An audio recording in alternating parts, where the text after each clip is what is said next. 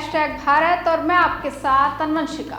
उत्तर प्रदेश की ग्रामीण राजनीति में इन दिनों तेजी से हलचल देखने को मिल रही है और सबसे बड़ा सवाल ये था कि आखिर गांव की सरकार यानी पंचायत चुनाव कब होंगे और क्या इन्हें टाला जा सकता है।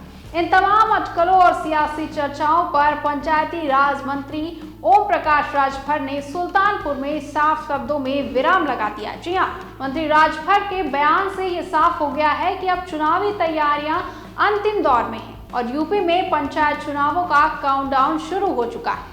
उन्होंने बताया कि चुनाव कराने की पूरी तैयारियां हो चुकी हैं और अब पीछे हटने का कोई सवाल ही नहीं उठता। राजभर ने कहा कि पंचायत चुनाव के लिए जरूरी मतपत्रों की छपाई का काम पूरा हो चुका है और इन मतपत्रों को प्रदेश के सभी 75 जिलों में भी भेज दिया गया है।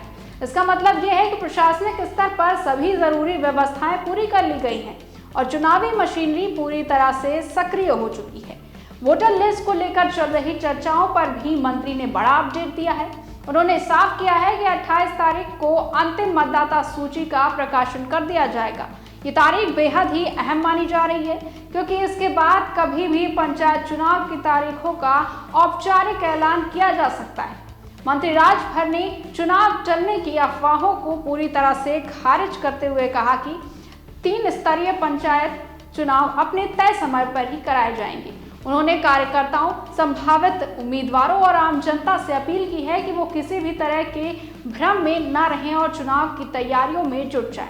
उनका कहना था कि गांव की सरकार लोकतंत्र की मजबूत नींव होती है और इसे समय पर चुना जाना बेहद ही जरूरी है। राजभर के इस बयान के बाद से ये साफ हो गया है कि पंचायत चुनाव को लेकर जो असमंजस की स्थिति बनी हुई थी अब वो खत्म हो चुकी है।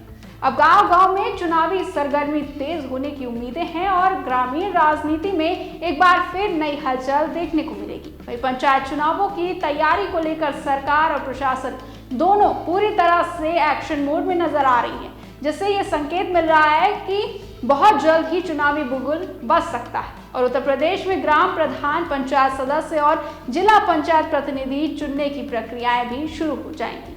फिलहाल के लिए बस इतना ही। बने रहिए #भारत के साथ।